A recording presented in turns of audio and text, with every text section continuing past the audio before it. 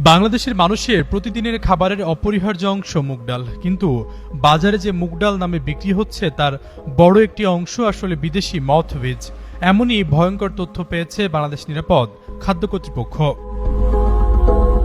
ভারত থেকে আমদানি করা এই মথ-বীজ দেখতে অনেকটাই মুগ ডালের মতো। অসাধু ব্যবসায়ীরা তাতে হলুদ ও টার্টাজিন নামের রং মিশিয়ে সাধারণ ক্রেতাদের সঙ্গে প্রতারণা করছেন, অথচ এসব রং শরীরে দীর্ঘমেয়াদ ক্যান্সার সহ মারাত্মক রোগের ঝুঁকি বাড়ায়।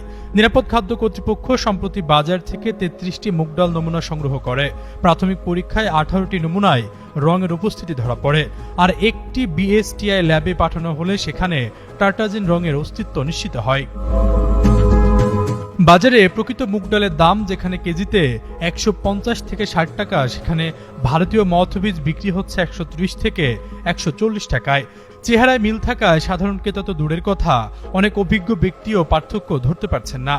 ডেটা বিশ্লেষণ করে দেখা গেছে দেশে মুগ ডাল আমদানি হয়েছে প্রায় ১০,৯৬১ টন, আর মথ-বীজ আমদানি হয়েছে ২১,৮৯১ টন, অর্থাৎ প্রায় দ্বিগুণ। কিন্তু বাজারে মথ-বীজ নামে কোনো পণ্য পাওয়া যায়নি, কারণ এই মথ-বীজ বিক্রি হচ্ছে মুগ ডাল হিসাবে।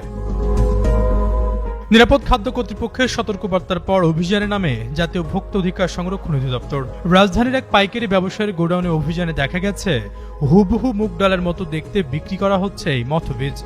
মথ-বীজের সঙ্গে হলুদ মিশিয়ে মুগ ডাল হিসেবে বিক্রি করার কথা স্বীকারও করেন ওই ব্যবসায়ী।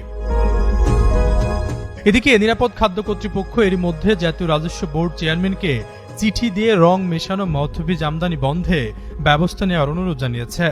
বাণিজ্য মন্ত্রণালয়ের পক্ষ থেকেও জানানো হয়েছে, ডালের নামে ক্ষতিকর পণ্য আমদানির অভিযোগ প্রমাণিত হলে কঠোর ব্যবস্থা নেওয়া হবে। আশরাফুল ইসলাম, যুগান্তর নিউজ।